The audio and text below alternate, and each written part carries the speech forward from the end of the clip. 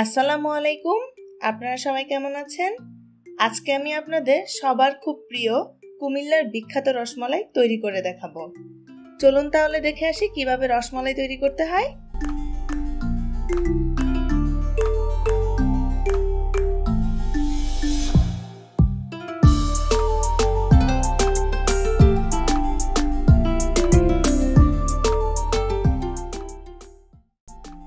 এখানে আমি 1 litre liquid খাঁটি গরুর দুধ নিয়েছি। দুধটাকে জাল করে নিচ্ছি। যখনই দুধের মধ্যে একটা বলক উঠে আসবে তখনই চুলার আঁচটাকে লোতে দিয়ে ছানা কেটে নিচ্ছি।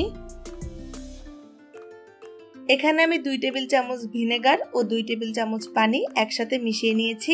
এখন এটাকে দুধের মধ্যে অল্প অল্প করে দিয়ে আস্তে আস্তে নেড়ে ছানা তৈরি করে নিচ্ছি। দেখতে পাচ্ছেন ছানাটা কেটে এসেছে। আপনাদের কাছে যদি ভিনেগার না থাকে আপনারা টক দই দিয়েও ছানা কাটতে পারেন। টক দই দিয়ে ছানা কাটার একটা রেসিপি আমার চ্যানেলে আছে, আপনারা চাইলে দেখে নিতে পারেন।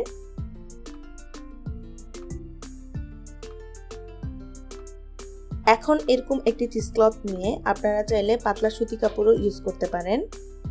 তার উপরে ছানাটাকে ছেঁকে নরমাল ট্যাপের পানি দিয়ে ধুয়ে হালকা করে চেপে চেপে পুরো পানিটা ফেলে দিচ্ছি।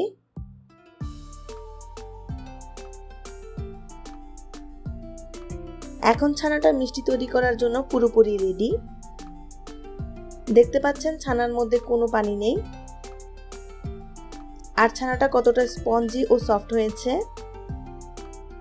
আর এই ছানা দিয়েই স্পঞ্জ মিষ্টি তৈরি করা হয়।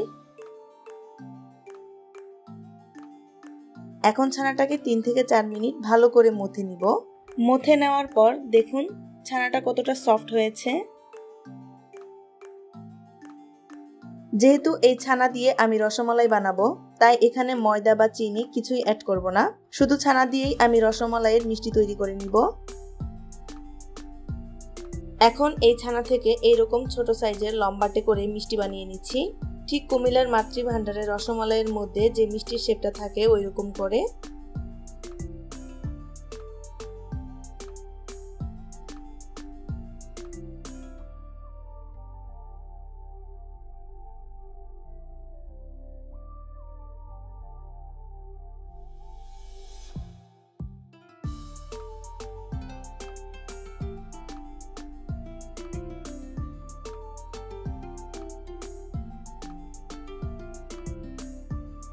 মিষ্টি বানানোর পরে এখন সবগুলো মিষ্টি আমি চিনি শিরায় কুক করব।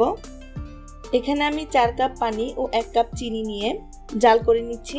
চিনিটা পানির মধ্যে গলে গিয়ে যখন পানিটা ফুটে উঠবে তখনই চিনি শিরা তৈরি হয়ে যাবে।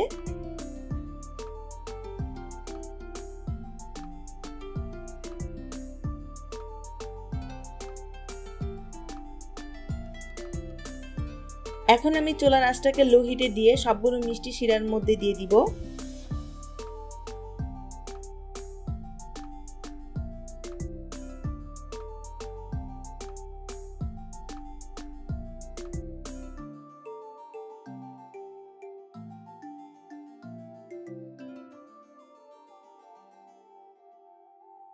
এখন একটি ঢাকনা দিয়ে ঢেকে চুলার আঁচটাকে হাই হিটে দিয়ে মিষ্টিগুলোকে 5 মিনিটের জন্য কুক করব।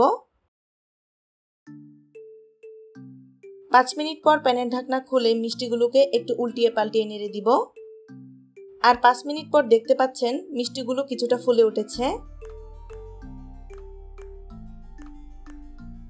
তারপর আবার মিষ্টিগুলোকে ঢাকনা দিয়ে ঢেকে 6 থেকে 7 মিনিটের জন্য কুক করে নিব। এই পর্যায়ে চুলার আঁচটা মিডিয়াম আঁচে থাকবে।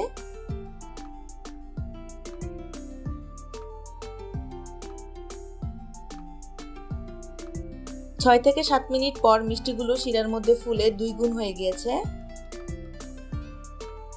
এখন চুলার আঁচটাকে বন্ধ করে দিয়ে মিষ্টিগুলো ঠান্ডা হওয়ার জন্য 1 ঘন্টার জন্য রেস্টে রেখে দিব। এখানে আমি 1.5 লিটার লিকুইড খাঁটি গরুর দুধ নিয়েছি। এর সাথে আমি 1 কাপ গুঁড়া দুধ অ্যাড করছি। এখন চুলার আঁচটাকে মিডিয়ামে রেখে দুধটাকে অনবরত নেড়ে চেড়ে ঘন করে জাল করে নিব।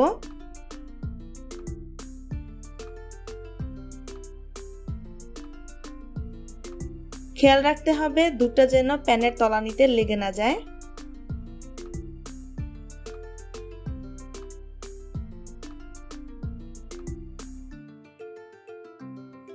দেখতে পাচ্ছেন দুধ অনেকখানি কমে গিয়েছে।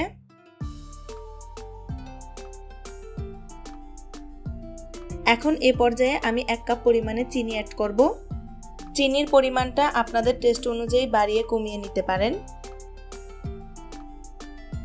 এখন দুধটাকে আরো কিছুক্ষণ নেড়ে চেড়ে জাল করে ঘন করে নিব।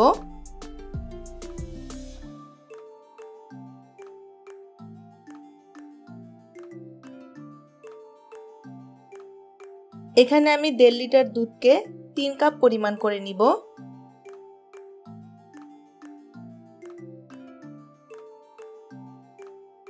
এখন দুধের সাদা রংটা চেঞ্জ হয়ে গিয়ে বাদামি রং হয়ে এসেছে আর দুধটা ঘন হয়ে এসেছে।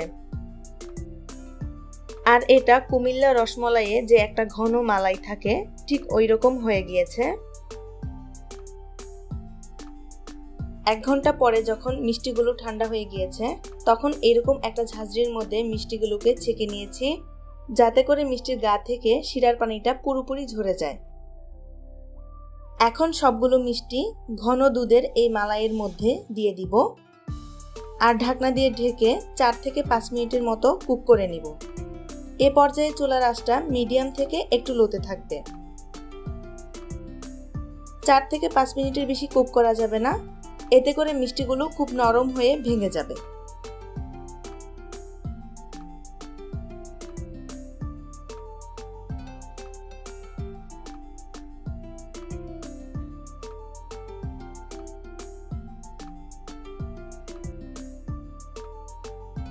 পাঁচ মিনিট পরে চুলাটা বন্ধ করে দিব।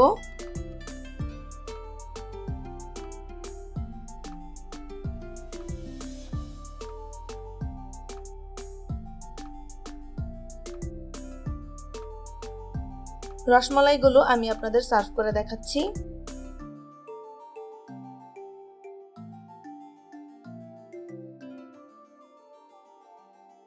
এখন এই রসমালাইগুলো ফ্রিজে নরমালে 4 ঘন্টার মতো রেখে দিব ঠান্ডা হওয়ার জন্য।